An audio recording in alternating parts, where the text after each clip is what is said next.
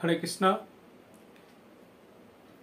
শুধু ভক্তবৃন্দে শ্রী চরণতল অনন্ত কোটি প্রণাম জানি শুরু করি আজকের আলোচনা।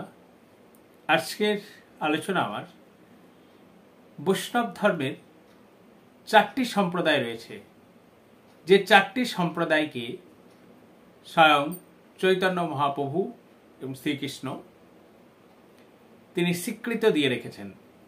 তা সেই 4 সম্প্রদায় কোন কোন 4 সম্প্রদায় সেইটা বিষয় নিয়ে আমরা জানব। তো প্রথমেই আমাদের বৈষ্ণব কাকে বলে সেটা আমাদের জানতে হবে। যারা তিলক ধারণ করেন, শিখা নেন, গলায় তুলসী গণ্ঠি মালা পরেন, তাদেরকে কি বৈষ্ণব বলা যায়? তা কিন্তু নয়। অ্যাকচুয়ালি যারা শিবের উপাসনা করেন তাদের বলা হয় শৈবক, যারা মায়ের উপাসনা করেন তাদের বলা হয় শক্তি শাক্ত, শক্তির উপাসনা মা কালীর উপাসনা করেন তারা বলা হয় শাক্ত, যারা গণেশের উপাসনা করেন তাদের বলা হয় গাণপত্য। তদ্রূপ যারা শ্রী বিষ্ণু বা রাধাকৃষ্ণ উপাসনা করেন বা গোপাল উপাসনা করেন, তাদেরকে বলা হয় বৈষ্ণব।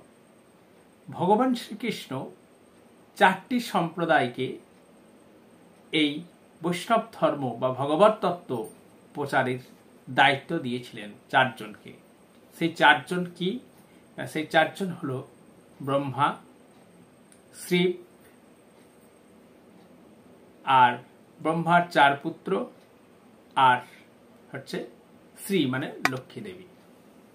এদের থেকেই 4টি সম্প্রদায় বিভক্ত হয়েছে।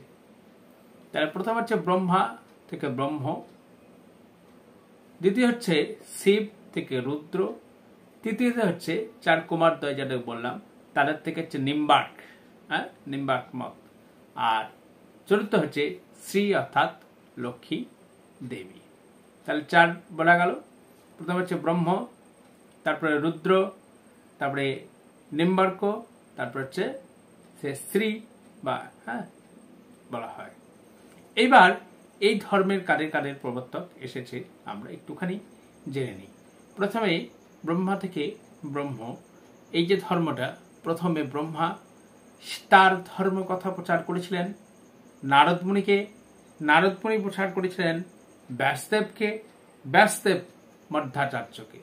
মধ্যাচার্য মানে যিনি বায়ুদেবের অবতার, তিনি এই মধ্যাচার্য চৈতন্য মহাপ্রভুর সান্নিধ্য পেয়েছিলেন মধ্যাচার্য নামে, এবং এই মধ্যাচার্যর 2টি তত্ত্ব শ্রী চৈতন্য মহাপ্রভু গ্রহণ করেছেন। তারপরে আছে রুদ্র অর্থাৎ শিব, রুদ্র এটা হচ্ছে বিষ্ণু স্বামী, পরবর্তীকালে বল্লভ ভট্ট, তিনি শ্রী চৈতন্য মহাপ্রভুর সান্নিধ্য লাভ করেছেন। এখান থেকেও 2টি তত্ত্ব শ্রী চৈতন্য মহাপ্রভু গ্রহণ করেছেন। তারপর হচ্ছে চতুষ্কুমার, এই চতুষ্কুমার থেকে এসেছে নিম্বার্ক মত। নিম্বার্ক মতের চৈতন্য মহাপ্রভুর সঙ্গে যার সান্নিধ্য লাভ হয়েছিলেন সেই নিম্বার্কের ধারক তিনি হচ্ছেন কেশব কাশ্মীরি। আর শেষ অর্থাৎ শ্রী অর্থাৎ লক্ষ্মী দেবীর যে সম্প্রদায়, তিনি রামানুজ, এবং শ্রী চৈতন্য মহাপ্রভুর সঙ্গে যে রূপে মিলিত হয়েছিল সেটা হচ্ছে শ্রী অনন্ত। এই হলো 4 সম্প্রদায়। এই 4 সম্প্রদায় থেকে 2টি করে তত্ত্ব নিয়ে শ্রী চৈতন্য মহাপ্রভু তিনি একটি গ্রন্থ দর্শন তত্ত্ব বা ভগবত তত্ত্ব রচনা করেছিলেন। সেটির নাম ছিল অচিন্ত ভেদাভেদ তত্ত্ব বা দর্শন।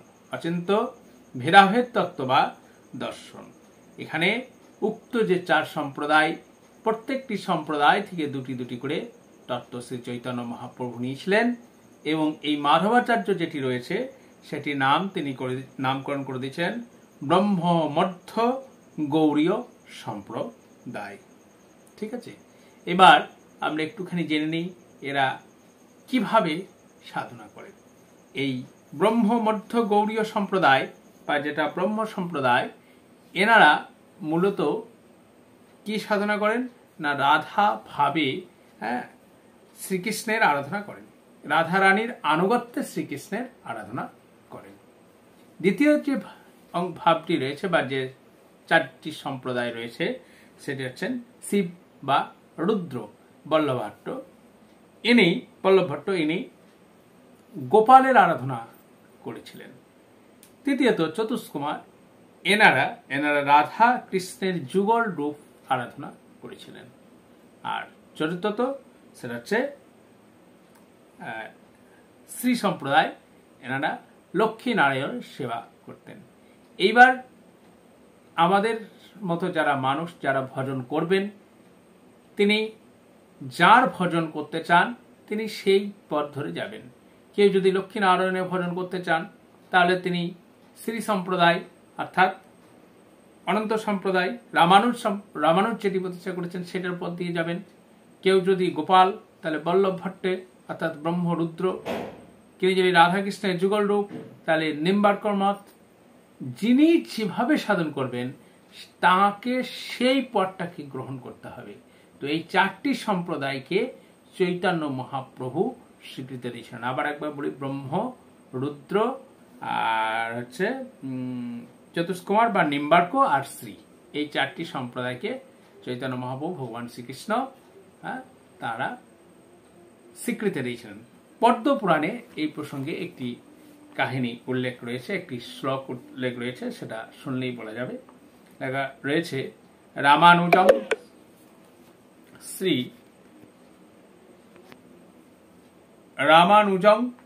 শ্রী শ্রীচক্রে মাধবাচার্যম চতুর্মুখ শ্রী বিষ্ণু স্বামীনম রুদ্র নিম্বাদিত্যম চতুষ্ষণ। অর্থাৎ রামানুজ শ্রী সম্পর্কে শ্রীচক্র, মাধবাচার্যের সম্প্রদায়কে বলা হয়েছে শ্রী বিষ্ণু স্বামীনম, বিষ্ণু স্বামী রুদ্র সম্প্রদায়ের, আর নিম্বাত্ত চতুষ্ষণ মানে নিম্বার্ক সম্প্রদায়ের চতুষ্কুমার। প্রত্যেকের ব্যাখ্যা কিন্তু এখানে করে দেওয়া হয়েছে। ঠিক আছে, রামানুজ জং শ্রী মানে শ্রী সম্প্রদায়ের রামানুজ। আচ্ছা, স্বচক্রে মাধবাচার্য অর্থাৎ স্বয়ংভূ ব্রহ্মাচার্য মাধবাচার্য চতুর্মুখ বলা হয়েছে। আর শ্রী বিষ্ণু স্বামী রুদ্র, বিষ্ণু স্বামী থেকে বল্লভ ভট্ট ইনি রুদ্র। আর নিম্বাদিত্যম চতুষ্কুমার অর্থাৎ নিম্বার যে সম্প্রদায় সেটি চতুষ্কুমার। এইভাবে পদ্মপুরাণে কিন্তু ব্যাখ্যা করা রয়েছে।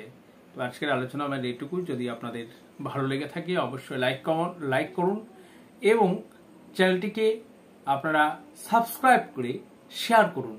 এখানে সম্পূর্ণ শাস্ত্রীয় তত্ত্বের ওপর আলোকপাত হয়, আলোচনা হয়। আপনার পাশাপাশি এই হিন্দু সঠিক তথ্য নির্ভর আলোচনা পেতে শেয়ার করুন। হরে কৃষ্ণ, গোবিন্দ আপনাদের মঙ্গল করুন।